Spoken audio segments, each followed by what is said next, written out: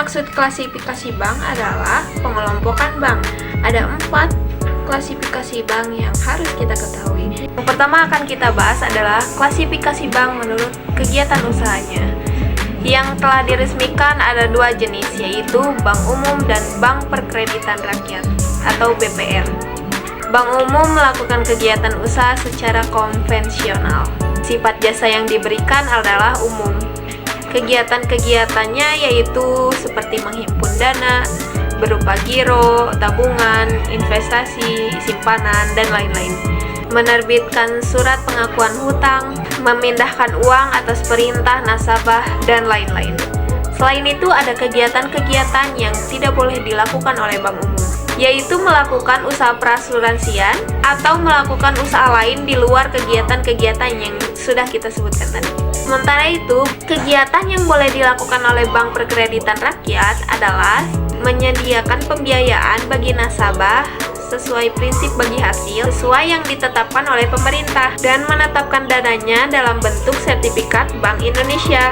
Bank perkreditan rakyat kurang lebih kegiatannya sama seperti bank umum, tetapi ada yang boleh dilakukan bank umum tapi tidak boleh dilakukan oleh bank perkreditan rakyat. Menerima simpanan berupa giro, melakukan kegiatan usaha valuta asing, melakukan penyertaan modal terhadap layanan kebutuhan masyarakat menengah ke bawah, serta melakukan usaha perasuransian. Selanjutnya kita akan bahas tentang klasifikasi bank menurut kepemilikannya, di mana menurut kepemilikannya bank dibagi menjadi 5, yaitu pertama adalah bank pemerintahan, contohnya seperti Bank BNI di Indonesia, Bank Negara Indonesia. Yang kedua adalah bank swasta yang dimiliki dan dioperasionalkan oleh individu atau perusahaan swasta, contohnya adalah Bank Mandiri. Lalu yang ketiga ada bank asing yang dimiliki oleh entitas asing atau perusahaan asing, lalu beroperasional di negara lain, contohnya seperti Citibank. Selanjutnya adalah bank koperasi, dimiliki oleh koperasi atau serikat kredit. Tujuan dari bank ini adalah untuk memenuhi kebutuhan dari anggotanya, contohnya adalah koperasi simpan pinjam. Dan yang terakhir adalah bank campuran, di mana memiliki kepemilikan gabungan antara pemerintah dan sektor swasta. Contohnya adalah BRI atau Bank Rakyat Indonesia di Indonesia. Selanjutnya ada klasifikasi bank menurut target pasarnya. Sebagai media transaksi, tentu saja bank berfokus memberikan pelayanan terbaik kepada nasabahnya. Maka klasifikasi bank menurut target pasarnya dibagi menjadi 3. Yang pertama ada retail bank, di mana bank ini menyediakan produk dan layanan kepada individu dan rumah tangga. Bank ini bertujuan untuk memenuhi kebutuhan sehari-hari dan berjangka panjang. Yang kedua ada corporate bank. Corporate bank atau investasi bank adalah bank yang berfokus pada pelayanan kepada perusahaan atau institusi keuangan. Bank ini menyediakan pelayanan seperti akuisisi, pembiayaan proyek, underwriting, sekuritas, manajemen aset, dan konsultasi keuangan. Yang pastinya bank ini membantu memenuhi kebutuhan yang lebih kompleks. Yang ketiga ada corporate retail bank.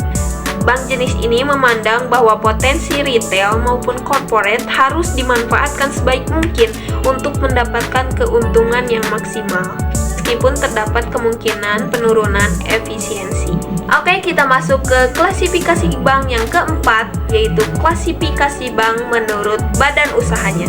Beberapa bank yang termasuk dalam pengelompokan badan usahanya antara lain adalah bank umum, bank perkreditan rakyat, bank syariah, bank sentral, bank pembangunan, bank devisa yang membantu memahami peran dan fungsi masing-masing bank, serta memastikan adanya regulasi dan pengawasan yang sesuai untuk menjaga stabilitas keamanan sistem keuangan.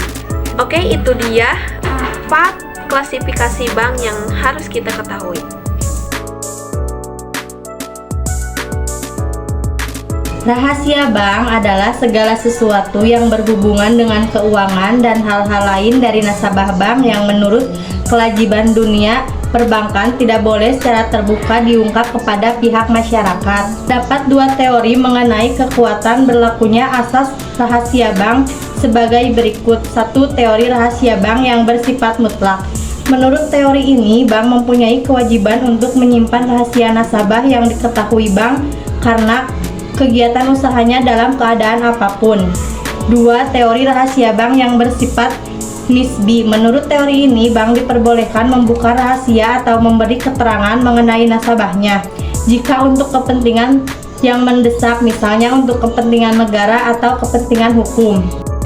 Berbagai masalah yang berkaitan dengan rahasia bank antara lain menyangkut ruang lingkup kerahasiaan, menyangkut jangka waktu, masalah mengenai siapa saja yang dibebani dengan merahasiakan itu, menyangkut jangka waktu kewajiban merahasiakan itu bagi pengurus dan pegawai bank, mengenai sikap apa yang seharusnya diambil bila terdapat benturan antara kepentingan nasabah secara individual dan kepentingan masyarakat luas, pelanggaran rahasia bank.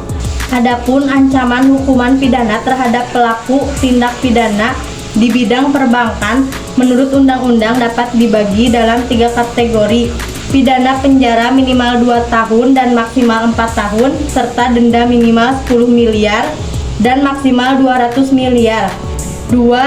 Pidana penjara minimal 2 tahun dan 4 tahun, serta denda 4 miliar rupiah dan maksimal 8 miliar rupiah. Pidana tersebut diancam terhadap para anggota dewan, komisaris, direksi, pegawai bank atau pihak teriliasi lainnya. 3. Pidana penjara minimal 2. Semoga kalian suka dengan video ini. Like kalau suka, komen jika kalau ada pertanyaan dari kalian. Sampai ketemu di video selanjutnya. Bye-bye.